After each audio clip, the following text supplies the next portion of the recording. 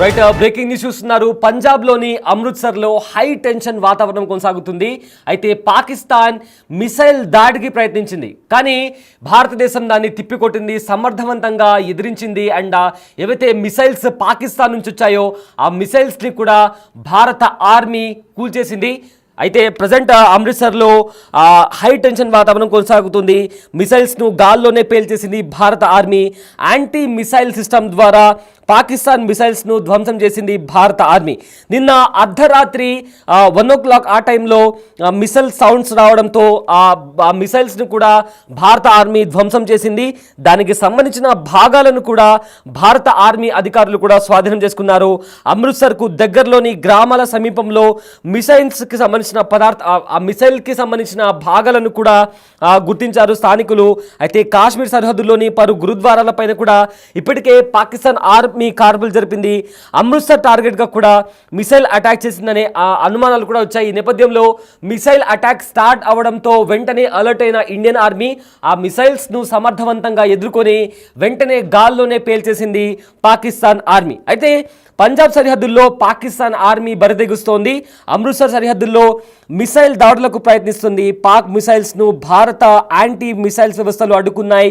అమృత్సర్ పరిసరాల్లో కనిపించిన పాక్ మిసైల్స్ను కూడా ఏవైతే కూల్చేశారో వాటిని కూడా కలెక్ట్ చేసుకున్నారు ఆ భారత బలగాలు. అయితే ఏదైతే గోల్డెన్ టెంపుల్ ఉందో, ఈ మిసైల్స్ ఫైర్ అయిన తర్వాత భారత్లోని గోల్డెన్ టెంపుల్ పైన అటాక్ జరిగిందని కూడా పాకిస్తాన్ మీడియాలో ఫేక్ ప్రచారం జరిగింది. కానీ అందులో ఎలాంటి వాస్తవాలు లేవు. ఏవైతే మిసైల్స్ పాకిస్తాన్ ఫైర్ చేసిందో దాన్ని ఇండియన్ ఆర్మీ వాళ్ళు సమర్థవంతంగా ఎదుర్కొన్నారు. అండ్ దానికి సంబంధించి ఏవైతే పార్ట్స్ ఉంటాయో భూమిపైన పడిపోయిన పార్ట్స్, వాటిని కూడా భారత ఆర్మీ బలగాలు కలెక్ట్ చేసుకున్నాయి. సోషల్ మీడియాలో ఎన్నో దీనికి సంబంధించిన వీడియోస్ కూడా వైరల్గా మారాయి. కొన్ని వీడియోలు ఫేక్ అని కూడా ఇప్పటికే ఇండియన్ ఆర్మీ కూడా తేల్చేసింది. అంతర్జాతీయ సరిహద్దుకు 30 కిలోమీటర్ల దూరంలో అమృత్సర్ దగ్గర కూడా ఈ మిసైల్స్ ఫైర్ అయినట్టు తెలుస్తుంది.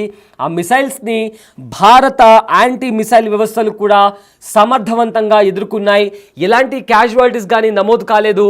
ఎప్పుడైతే మిసైల్స్ ఫైర్ అయ్యాయో ఆ సౌండ్ వినగానే వెంటనే భారత ఆర్మీ అలర్ట్ అయ్యి గాల్లోనే వాటిని పేల్చేశాయి భారత బలగాలు. అయితే అమృత్సర్ అదేవిధంగా పంజాబ్ బార్డర్ దగ్గర వాటిని టార్గెట్ చేసుకుని పాకిస్తాన్కి సంబంధించిన ఆర్మీ మిసైల్స్ని ఫైర్ చేయగానే వాటిని సమర్థవంతంగా ఎదుర్కొంది భారత ఆర్మీ. అయితే ఈ అంశానికి సంబంధించిన మరింత సమాచారం మా ప్రతినిధి శివ అందిస్తారు. శివ, పంజాబ్లోని అమృత్సర్ దగ్గర మిసైల్స్తో పాకిస్తాన్ దాడులకు పాల్పడింది. దీన్ని భారత ఆర్మీ కూడా సమర్థవంతంగా తిప్పికొట్టింది. ఈ అంశానికి సంబంధించిన అప్డేట్స్ ఏంటి? ఏదైతే ఉగ్రస్థావరాలపై దాడి చేసిన తర్వాత ప్రతిదాడిలో భాగంగా పాకిస్తాన్ భారత్ పై దాడికి దిగింది. దాంట్లో భాగంగా పంజాబ్లోని అమృత్సర్ లో ప్రజెంట్ హైటెన్షన్ వాతావరణం నెలకొంది. మిసైల్ తో పాకిస్తాన్ దాడికి ప్రయత్నించిన నేపథ్యంలో మిసైల్ ను భారత్ గాల్లోనే పేల్చేసింది. దానికి సంబంధించిన శకలాన్ని అక్కడ పొలాల్లో పడి ఉండడంతో అక్కడ స్థానికులంతా వెళ్లి గుమ్ముకుడి అవన్నీ చూస్తున్న పరిస్థితి కనిపిస్తూ ఉంది. మరోవైపు యాంటీ మిసైల్ సిస్టమ్ ద్వారా పాకిస్తాన్ మిసైల్ ను భారత ఆర్మీ ధ్వంసం చేసినట్టు తెలుస్తుంది. నిన్న అర్ధరాత్రి 1:05 మిసైల్స్ సౌండ్ ధ్వంసమైనట్టు మిసైల్స్ భాగాలను స్వాధీనం చేసుకున్నట్టు అధికారులు తెలియజేశారు. అమృత్సర్ దగ్గరలోని గ్రామాల సమీపంలోనే ఈ మిసైల్ కూలినట్లు కూడా తెలుస్తుంది. ఇక మిసైల్ శకలాలను స్థానికులు గుర్తించారు. కాశ్మీర్ సరిహద్దులోని పలు గురుద్వారాలపై ఇప్పటికీ పాకిస్తాన్ ఆర్మీ కాల్పులు జరుపుతోంది. అలాగే అమృత్సర్ ను కూడా టార్గెట్ గానే చేసుకుని మిసైల్ అటాక్ చేసిన అనుమానాలు వ్యక్తమవుతున్నాయి. లో గోల్డెన్ టెంపుల్ ఉంటుంది. అక్కడ సిక్కులు కూడా ఎక్కువగా వెళ్తుంటారు.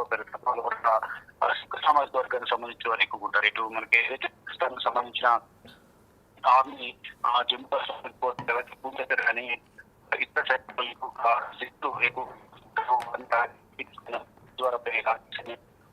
మొత్తం విదేశాంగ శాఖ ఇచ్చిన సమాచారం మేరకు, అధికారిక సమాచారం మేరకు 13 మంది మృతి చెందారు. దాదాపు 59 మంది గాయాల పాలన కనిపిస్తుంది. ఇలాగే పంజాబ్ లోని అమృత్సర్ లో వారు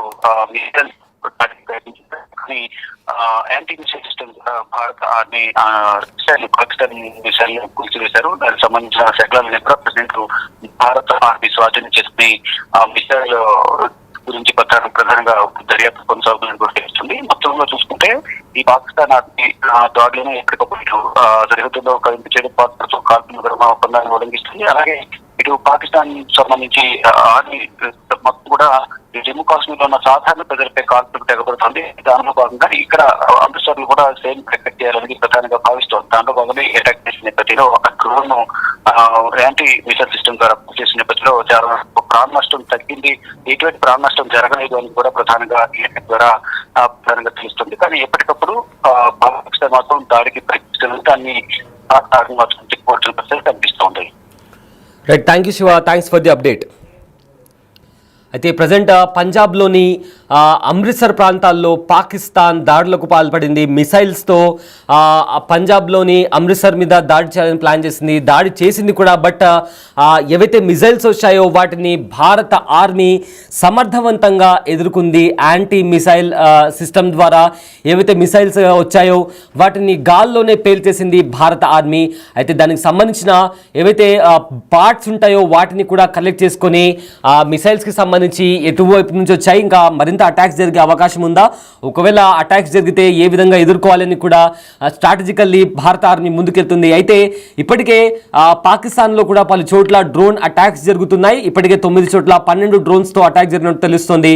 మరోవైపు ఏమో పంజాబ్ అంటే భారత్ బార్డర్స్ దగ్గర అటు జమ్మూ కాశ్మీర్ దగ్గర కావచ్చు, ఎల్ఓసి దగ్గర కావచ్చు, లేదా పంజాబ్ దగ్గర కూడా సరిహద్దుల్లో పాక్ కవ్వింపు చర్యలకు దిగుతుంది. అమాయకులను టార్గెట్ చేసుకుంటూ ఫైరింగ్ కూడా చేస్తున్నారు. ఇదే నేపథ్యంలో ఇవాళ తెల్లవారుజామున మిసైల్స్తో కూడా పాకిస్తాన్ దాడి చేయడానికి ప్లాన్ చేసింది. కానీ భారత బలగాలు అలర్ట్ అయ్యి వెంటనే యాంటీ మిసైల్ సిస్టమ్ ద్వారా గాల్లోనే ఆ మిసైల్స్ను పేల్చేశారు. పేల్చేసిన తర్వాత ఆ శకలాలు భూమి మీద పడిన తర్వాత అక్కడున్న ఎవరైతే స్థానికులు ఉన్నారో భారత ఆర్మీకి ఆ సమాచారాన్ని అందించారు. అక్కడ చేరుకున్న అధికారులు వాటి పార్ట్స్ని కూడా సేకరించి ఫర్దర్గా ఇలాంటి అటాక్స్ కంటే అంటే ఆల్రెడీ అలర్ట్గా ఉన్నారు. ఫర్దర్గా అటాక్స్ వచ్చినా కూడా సమర్థవంతంగా ఎదుర్కొంటామని కూడా భారత ఆర్మీ రెడీగా ఉన్నట్టు కూడా తెలుస్తోంది.